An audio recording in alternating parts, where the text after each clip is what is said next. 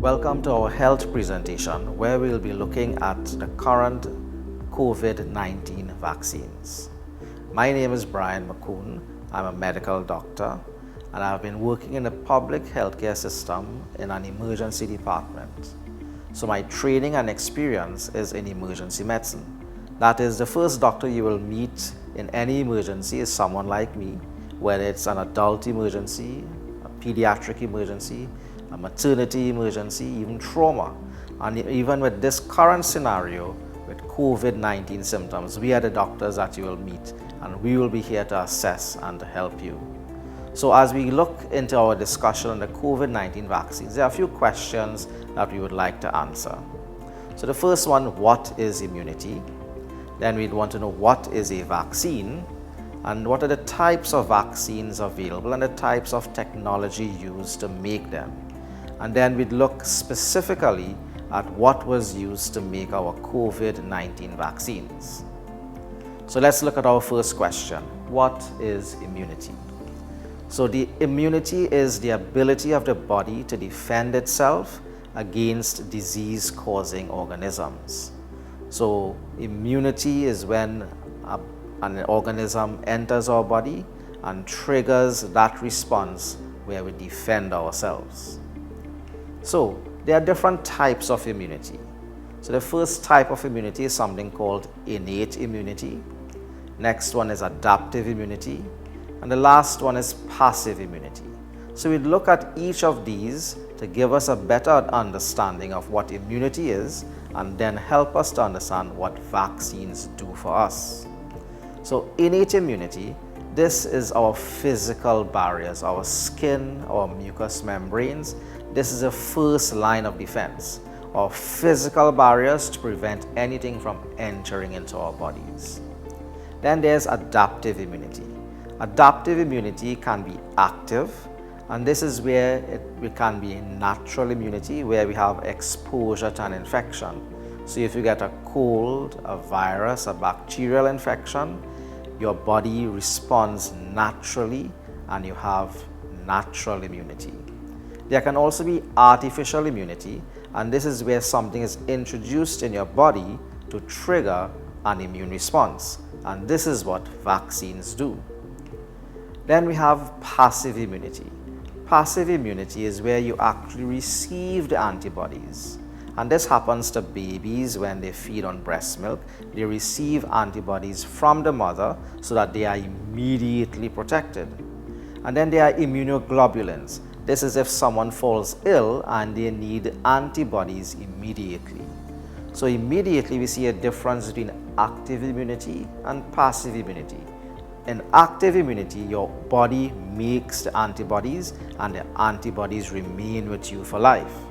Whereas with passive immunity, you receive antibodies, you get immediate protection, but those antibodies do not remain with you for life.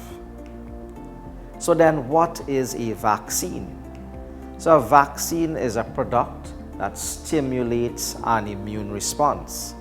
So a vaccine triggers your defense system to produce immune response, and this is in the form of antibodies to fight off whatever bacteria or virus may be present.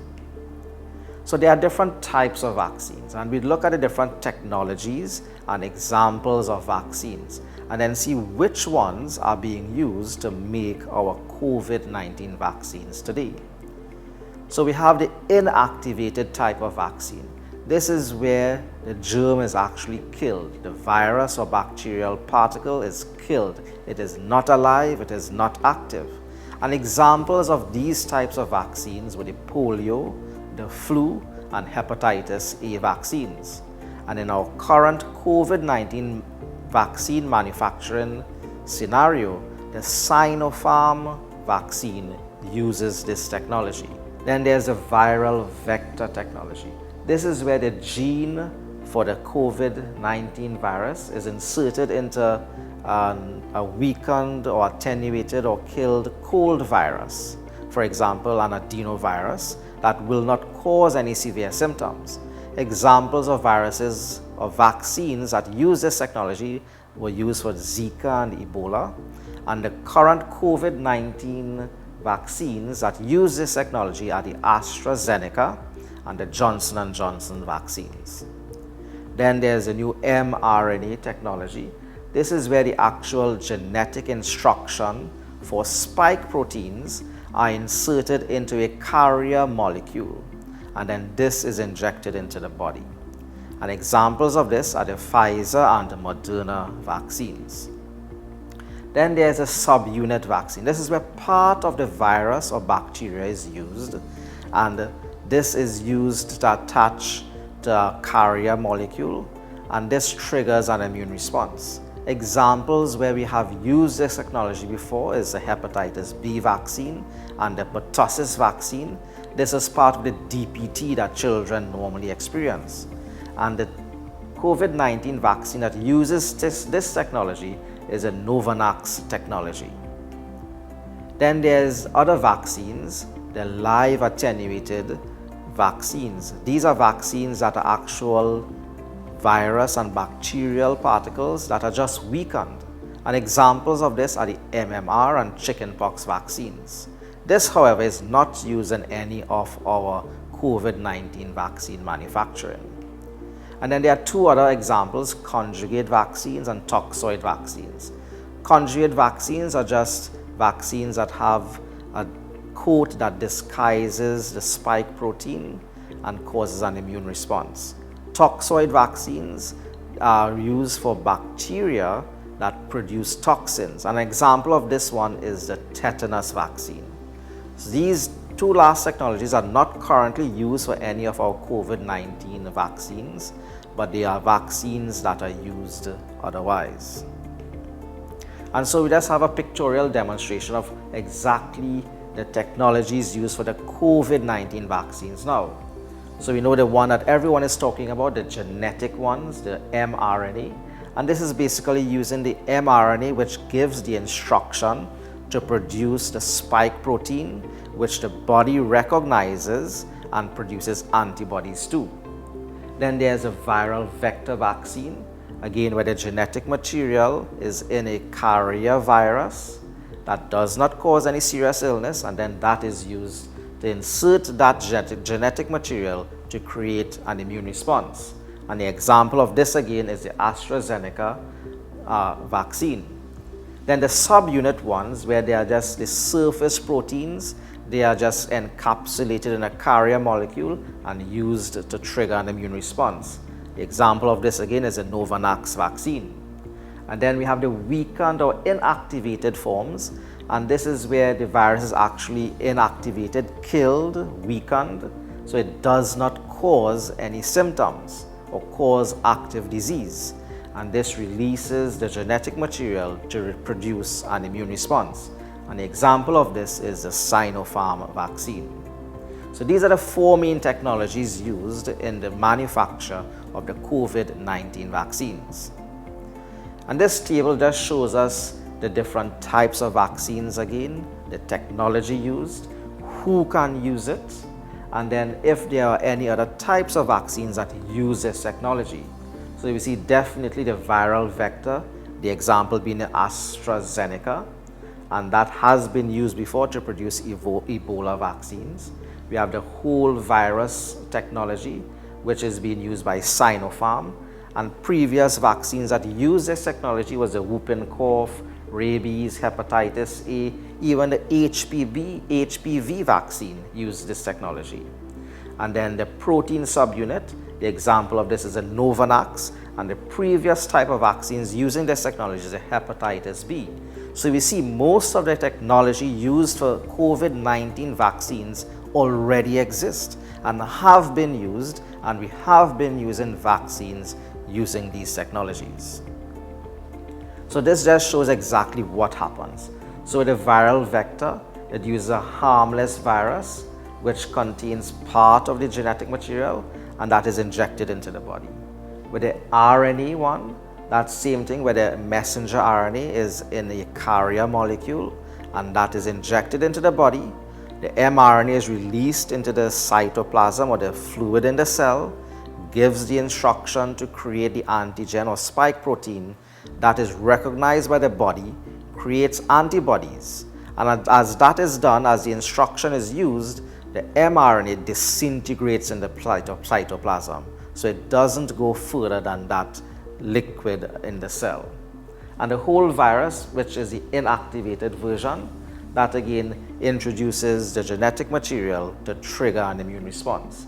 And the subunit again, these are just the spike proteins or fragments of the virus that the body recognizes to create a response. So these are the two vaccines available in Trinidad and Tobago, the Oxford AstraZeneca and the Sinopharm. And we see the difference between them is that one uses a vector, the AstraZeneca uses a vector, whereas the Sinopharm is actually the inactivated form of the virus, but both of them achieve the same purpose for introducing the genetic material for the body to recognize so that the body now can mount a response, create antibodies, so the next time the body sees something similar like this, you already have the ability to recognize and create antibodies in a rapid way. And we also see the efficacy of both of them almost similar, AstraZeneca being about 82% and the Sinopharm being about 79%. So the question is, are vaccines safe? So we know for sure, based on the technology that is being used, no live coronavirus is used. And it does not cause COVID-19.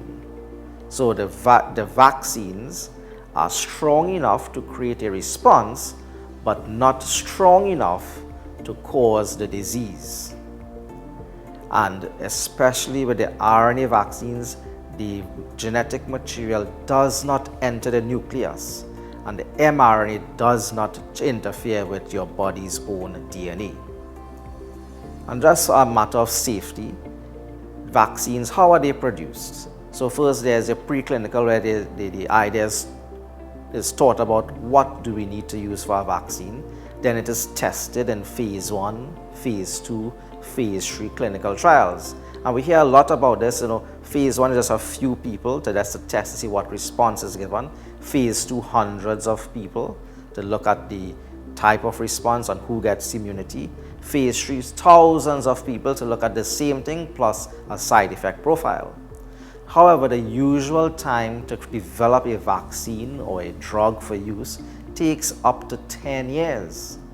But the question we need to ask ourselves, in this deadly pandemic, how long are we willing to wait to get a vaccine following the traditional pathways? And so what happened during the manufacture of the COVID-19 vaccines is that these phases were conducted simultaneously, so that in a short space of time we were able to get an effective series of vaccines. And so these are the most widely used vaccines in the world today: the Pfizer, the AstraZeneca, the Moderna, and the Sinopharm. So around the world, these are the most common vaccines that are used, and these are ones that are WHO approved. So what can you expect when you get vaccinated? So when you get that stick in your arm, there might be some redness at the injection site. There might be some soreness, muscle aches, joint pains, fatigue. You might mount a fever and have a headache. And this could last from a few hours to 3 days on average.